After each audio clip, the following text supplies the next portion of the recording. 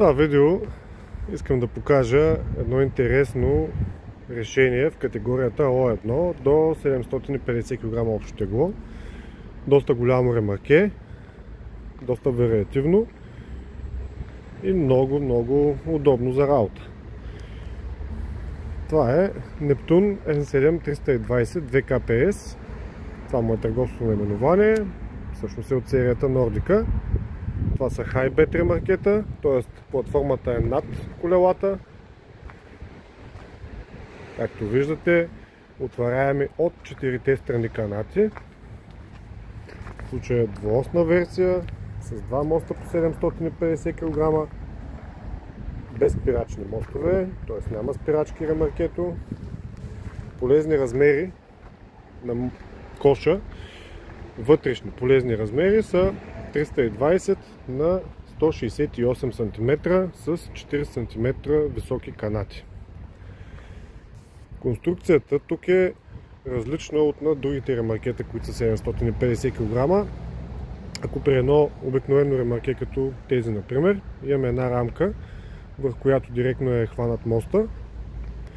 При този тип ремаркета имаме шаси, т.е. ето виждате надлъжни греди, под които са монтирани мостовете.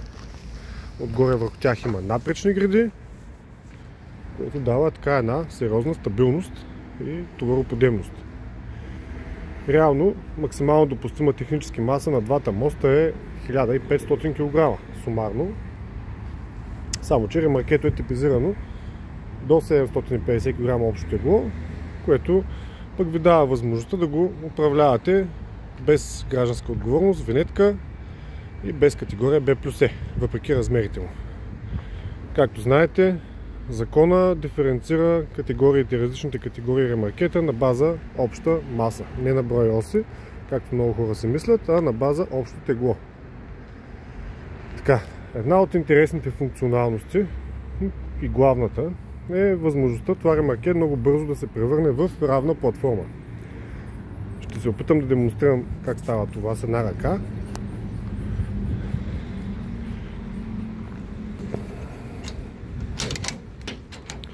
Качаме едната каната. Отваряме.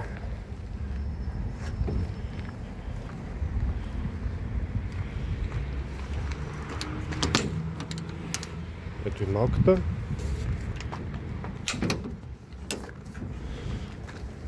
Отваряме.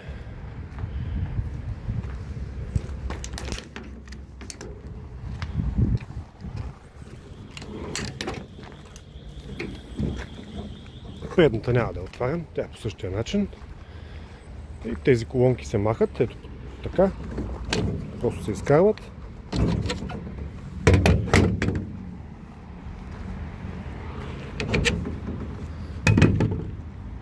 И по този начин имаме равна платформа. Доста удобни, 8 точки за захващане на товара, за укрепване на товара, за сигурно и бързо укрепване. Канатите са подсигурени с шплентове на самите панти, те се вадят, съответно махаме канатите и си имаме равна платформа. Доста подходящо е за странично товарене с мотокар.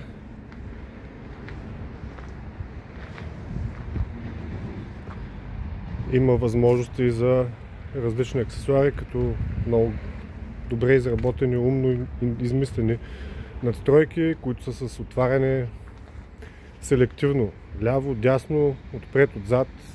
Не е нужно да разпокривате целият брезент или пък само отзад да се отваря. Има допълнителни канати, мрежи и разбира се различни размери.